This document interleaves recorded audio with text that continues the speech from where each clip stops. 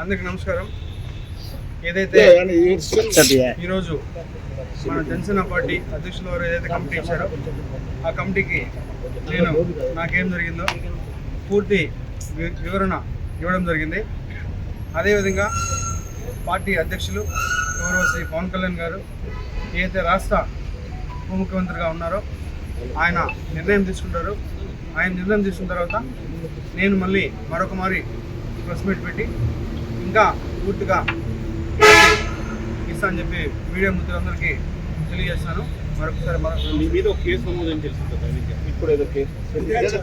ఇప్పుడు కావచ్చు, ముందు కావచ్చు, ఇప్పుడు కావచ్చు, ఇంకా ముందు కావచ్చు, లేకపోతే ఇంకా రాబోయే గంటలు కావచ్చు, రోజులు కావచ్చు, ఎన్ని కేసులైనా ఎదుర్కోవడానికి నేనున్నాను. నేను ఎదుర్కొంటాను.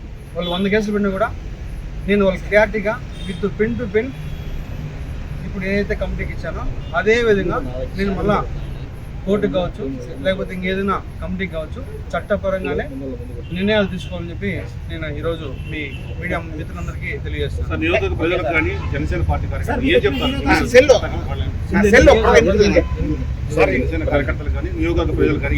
ఈ వివాదం పైన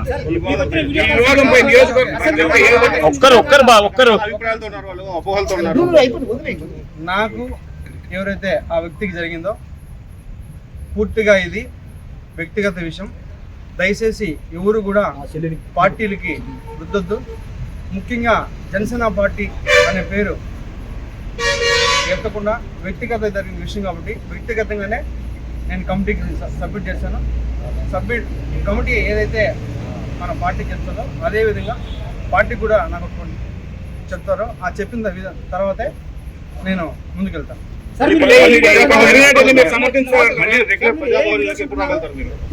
ప్రజాబాహుళ్యం కాదా? ఇది ప్రజాబాహుళ్యం కాదా? ఓపెన్ ఇంత ట్రాన్స్పరెంట్ బయట ఉంటే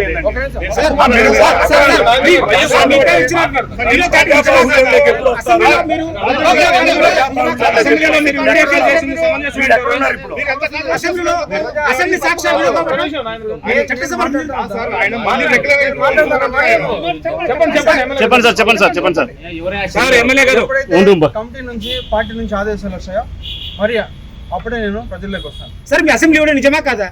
అసెంబ్లీ నుంచి వీడియో కాల్ చేయడం నిజమా కాదని మీరు చూశారు. దానికి కూడా నేను కమిటీకి క్లారిటీ ఇచ్చాను. ప్రూఫ్స్ కూడా సబ్మిట్ చేశాను. కమిటీ ఏదైతే డెసిషన్ తీసుకున్న తర్వాతే మళ్ళీ నేను ఒకసారి ప్రెస్ మీట్ పెట్టి ప్రతి ఒక్క మీడియా మిత్రుడికి నేను విడమర్చి విత్ ప్రూఫ్స్ తో కూడా మళ్ళీ సబ్మిట్ చేస్తాను.